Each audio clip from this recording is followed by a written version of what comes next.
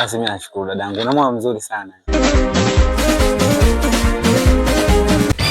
Hapa bado sijatoka huku mtaani. Sasa hivi naenda kugonga sehemu yoyote, naambia nina njaa.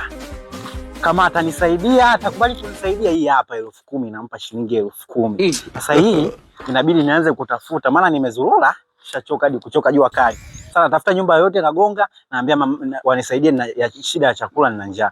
Kama atanisaidia, nitampa zaidi ya shilingi 10,000 hapa. Kama atakataa basi atakuwa amekosa. Kwa sasa basi tuanzie wapi? Kwa tuanzie huku kwanza. Nikosa huku tutarudi upande wa pili. Maana nishazunguka sana. Tuanzie huku, sisi tutapata wapi? Kama amani, usichoke ndugu yangu, usichoke. Hii si nitatoboa kweli? Hata si niende wapi. Sawa, tutajaribu hapa. Kwa tujaribu hapa. Wenyewe. Hodi. Wenyewe. Hawapo nini? Sasa hizi. Mzima. Jamani. Kwema lakini? Kwema karibu. Sasa dadangu mimi sije, naomba nikae. Hakuna. Dadangu mimi nina shida. Unaweza kunisaidia dadangu? Shida gani? Mimi hapa sikuficha dadangu, nina njaa. Shindwe. Mimi hapa sijala toka asubuhi, nina njaa. Unaweza kunisaidia dadangu? Kama umepika kitu chochote nisaidie.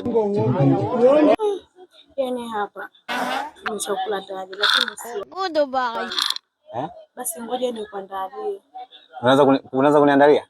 Hamna shida kaka wangu. Kweli? Kwa umeamua kunisaidia kwa moyo mmoja?